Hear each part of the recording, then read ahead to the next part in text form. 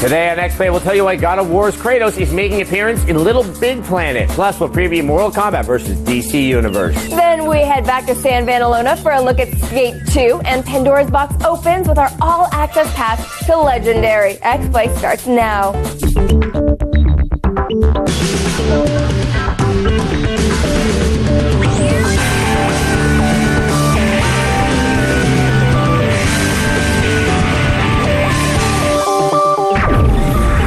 Hello and welcome to X-Play TV's most watched video game show. I'm Morgan Webb. And I'm Adam Sessler, and we're coming to you from the G4 Studios in Los Angeles on Wednesday, August 6th. Coming up on today's show, Kristen Holt will be here with a Soul Calibur Forge sheet that will have you unlocking some pretty sweet pants. I like pants. Then, if Love Ping Pong sounds like a strange name for a game, consider that it's made in Japan. We'll take a look at this odd title. But first, let's get the top headlines in today's gaming update.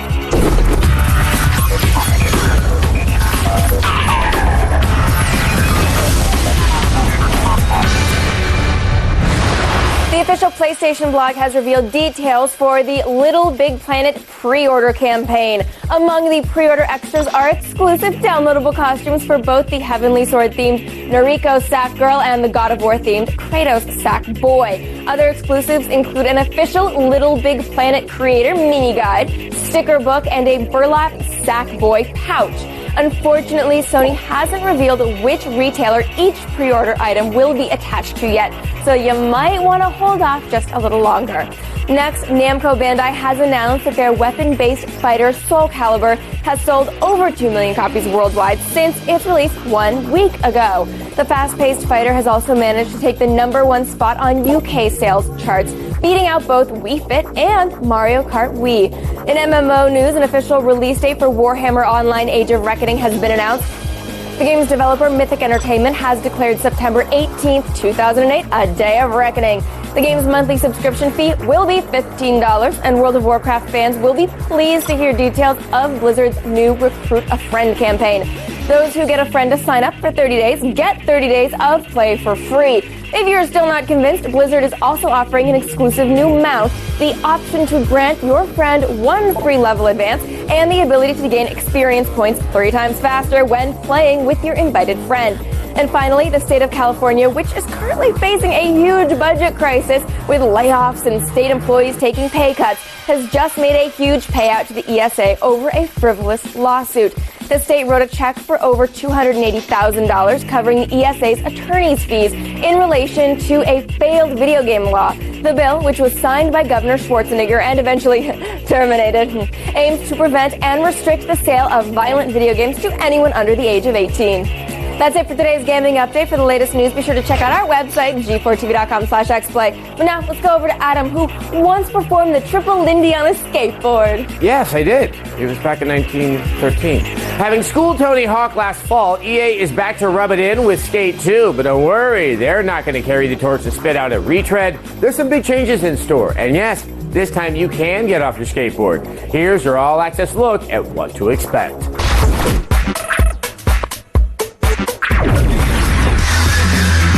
Ever since EA Skate came out last year, it's quickly become the dominant video game of choice for action sports fans. X-Play got a special behind-the-scenes look at what's new in Skate 2 with its developers and lineup of pro skaters. It's been 5 years. You took your character from kind of being an unknown to becoming a legend, the Thrasher Skater of the Year. And since then, some stuff's gone down in San Vanalona, and we see that the city gets destroyed in a series of hilarious and tragic accidents. So it's a different scene now, but a totally rebuilt world. And of course, the folks behind Skate 2 have thrown in a staggering number of new moves.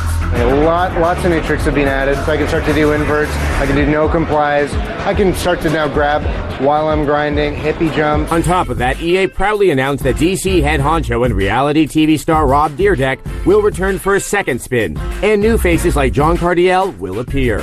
We're so proud that John Cardiel is joining us, as legend, and we're just stoked to have him on board. Rob Dyrdek, of course, joining us for the second time. Rob's been always so good to work with. For me, it's a lot bigger than just outselling Tony Hawk. You know what I mean? I think that it finally showed what real skateboarding is and gave you like a true real skateboarding experience. You know, like for me, like I would play Tiger Woods and like that's like I'm really golfing. You know what I'm saying? But when you play Tony Hawk, it's like you're playing Street Fight. Outside of just, outselling it, now they're getting a full education of really what it means to be a skateboarder. As you might expect, Rob's favorite character is none other than himself. All I do is play myself because I look like, God, you're so much better in a video game than you are in real life. I'm never going to do a nollie heel flip 180 to switchback Smith. I ain't never going to do that. Right. But it sure looks fun watching myself do it on a video game. The same sort of feeling you get when you make a trick for the first time in the streets or when you're skateboarding, it reproduces that because you when you do it and see it, you felt like you did it. Like we were like, like you telling everybody, high-fiving them, you got to come see this in slow motion. You know what I mean? It's like, email it to them. You know what I mean? It's true. It's a true experience. Electronic Arts wouldn't give us a release date or even a vague estimate, but rumor has it you won't be seeing the next installment until sometime in 2009. The power of Pandora's box isn't anything to be taken lightly, but Spark, the developer behind Call of Duty Finest Hour, seems to have no qualms about cracking it open. They have a new first-person shooter on the way that tasks you with the responsibility of containing all of the world's evils. No big deal, right?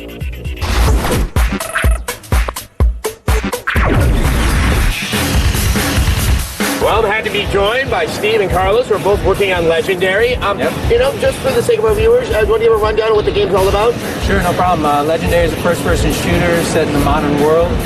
The premise is basically you're an art thief hired to go into a museum and steal an artifact, and in fact you end up opening a version of Pandora's box and releasing creatures of mythology on the modern world. And destruction ensues. Yes, that's what happens with Pandora's box. One of the things I'm really struck by in the game is kind of the amount and the variety of the creatures that are in it. The characters that we have are very robust, and they're fun to fight, and they're also very scary, and some of them are annoying. Annoying in a good way, though, and really one of the things we focused on, and like Steve said, we started with a large amount of creatures, and then we identified what we saw as the creatures that were going to be the biggest bang for the buck, the creatures people were going to love to see. The creatures like the werewolf and the griffin and the minotaur really are just showcase creatures for the game. The werewolf just comes at you from all sorts of angles. It'll avoid your gunfire, it'll roll to get away, it'll charge at you and start climbing walls and trying to toss objects at you. What is the AI that you guys have developed that you actually have sort of non-human enemies acting in a mythological way, not necessarily in an animal way? Let's take the werewolf again as our example. We really wanted to show that it was more than just a ferocious beast with no mind of its own. This is a thinking creature that once was on this planet and once was one of the dominating creatures on the planet. So what would it do?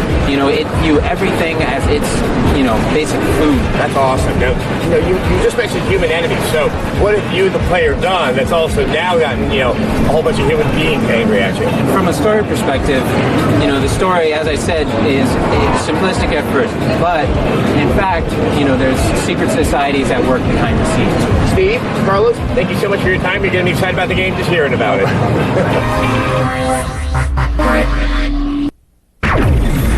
Well, GeForce Stay Out of the Sun Summer continues with X-Play August, gaming's mega month.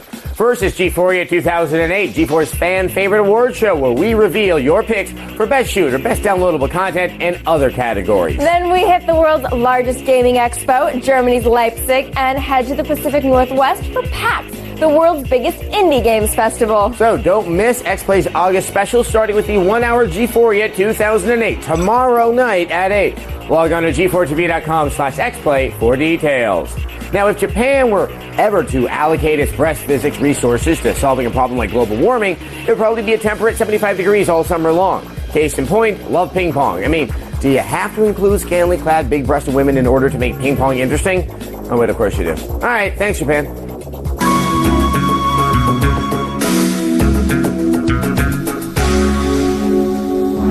Ping pong. Two very simple words imitating the sound of the game's back and forth drone. Let's add some sugar to the mix and see what we get.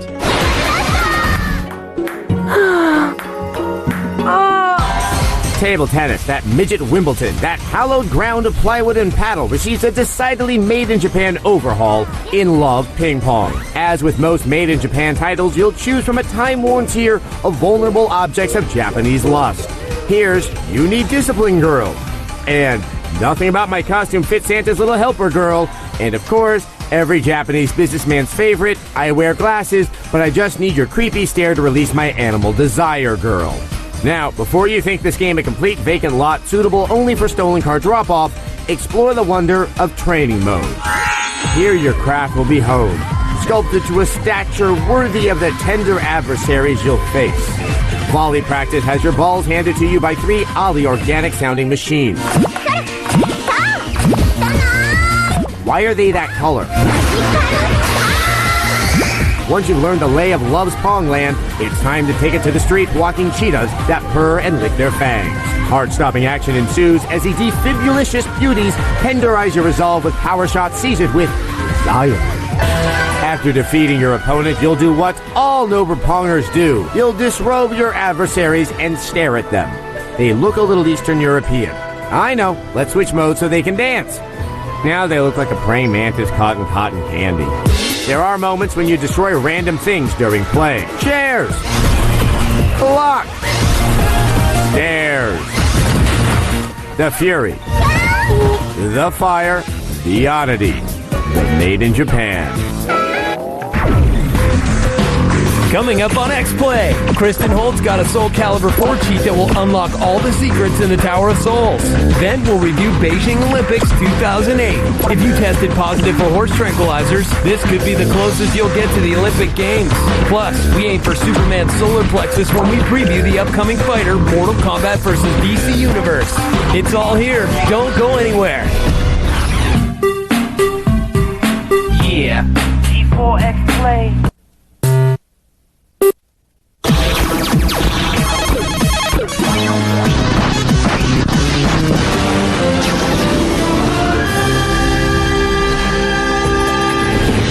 Welcome back to X-Play. In yesterday's gaming update, we reported on a new feature in Gears of War 2. For those with children present, you'll be able to turn off all the blood, swearing, and head smashing. If you're wondering what this could possibly look like, we've obtained exclusive footage of what to expect. Don, new friends to play with! Yay! Pew, pew, pew! Bang, bang! Oh no, our new friend fell down! I'm gonna help him up! You're my new best friend! Let's go to SeaWorld! Great! That mean old bully is here!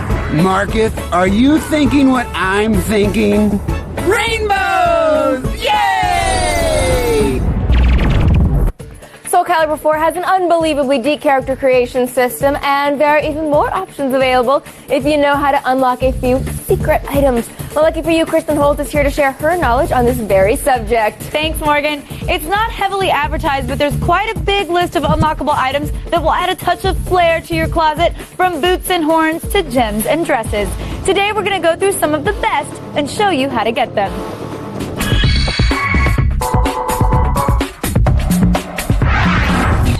Are you brawling your way through Soul Calibur 4, but bored with the same old cape and pantaloon fashions on every character?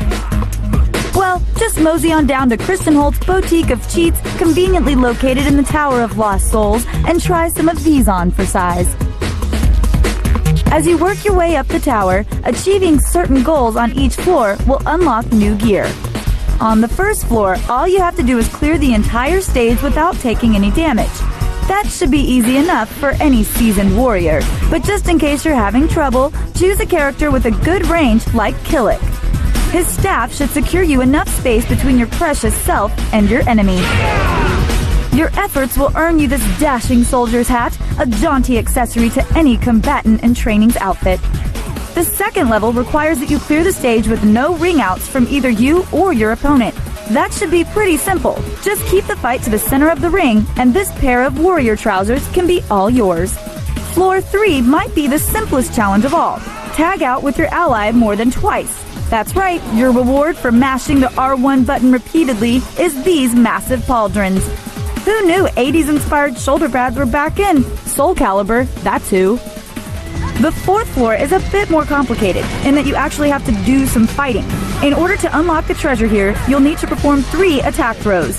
Thanks to her whip, Ivy is our choice here. Use any of her attack throws 3 times and you'll find yourself with this Warlord's belt. Not only is it a great accessory for today's Warlord on the go, it will also keep those warrior trousers you got on the second floor on your waist and not around your ankles. With 60 ascending floors, each one containing a unique item to unlock. We can't get to them all here today, but these tips should get you started on the first few floors of the tower, and we'll have more soon. I personally love the Warrior trousers. Be sure to check g4tv.com/cheat for the latest tips and tricks. Right now, I'm going to send it back over to Adam. Thank you, Christian. Now, when I was a kid, I thought I'd take home Olympic gold medal for the hoverboard relay. You can imagine my disappointment when I discovered that there's no such event. And yes, I watched Back to the Future 2 about 20 times. If you're a disappointed Olympic hopeful like myself, then start training your thumbs for Beijing Olympics 2008. Here's our review.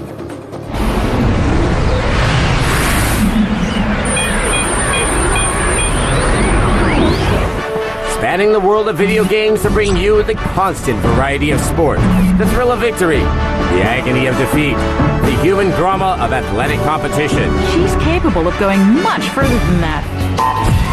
This is Beijing 2008, the video game of the Beijing Summer Olympics.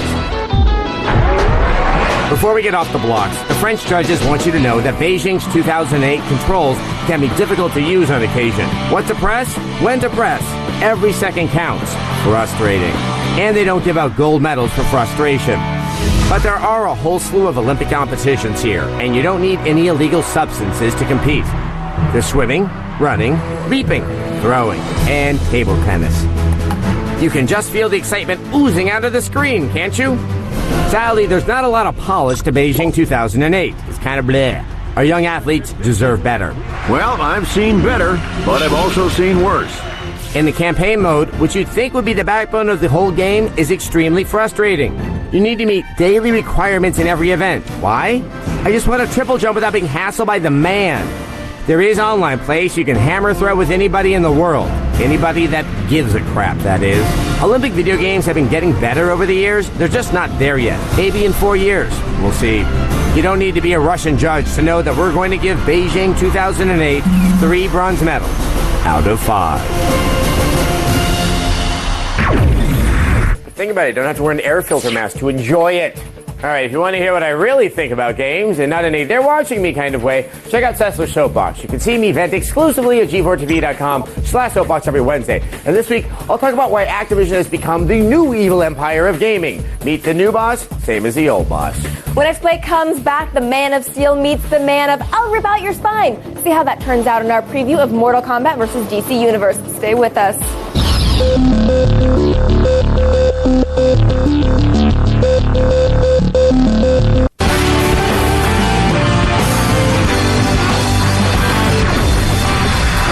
Welcome back to X-Play. When we first heard that the Mortal Kombat franchise was going to include characters from the DC Universe, we thought, really? That sounds dangerously lame. But then we saw it in action and have since retracted those initial cynical thoughts. Well, if you don't believe me, you can judge for yourself.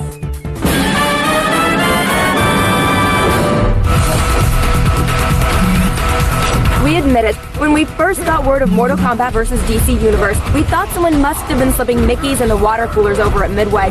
But the game made a decent splash at E3 2008, showing off a dark and gritty art style along with some new gameplay elements.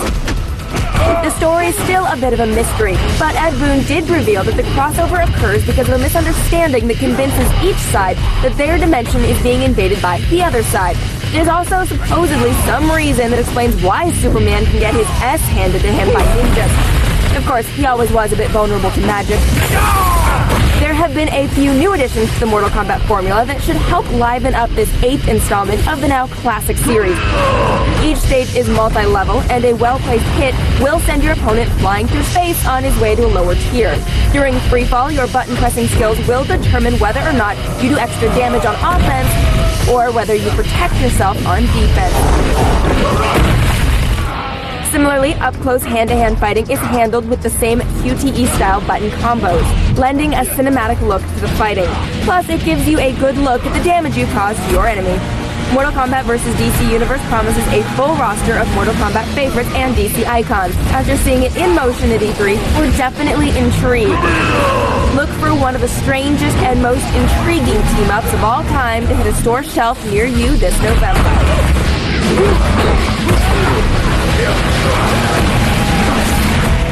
Get over here! Scorpion.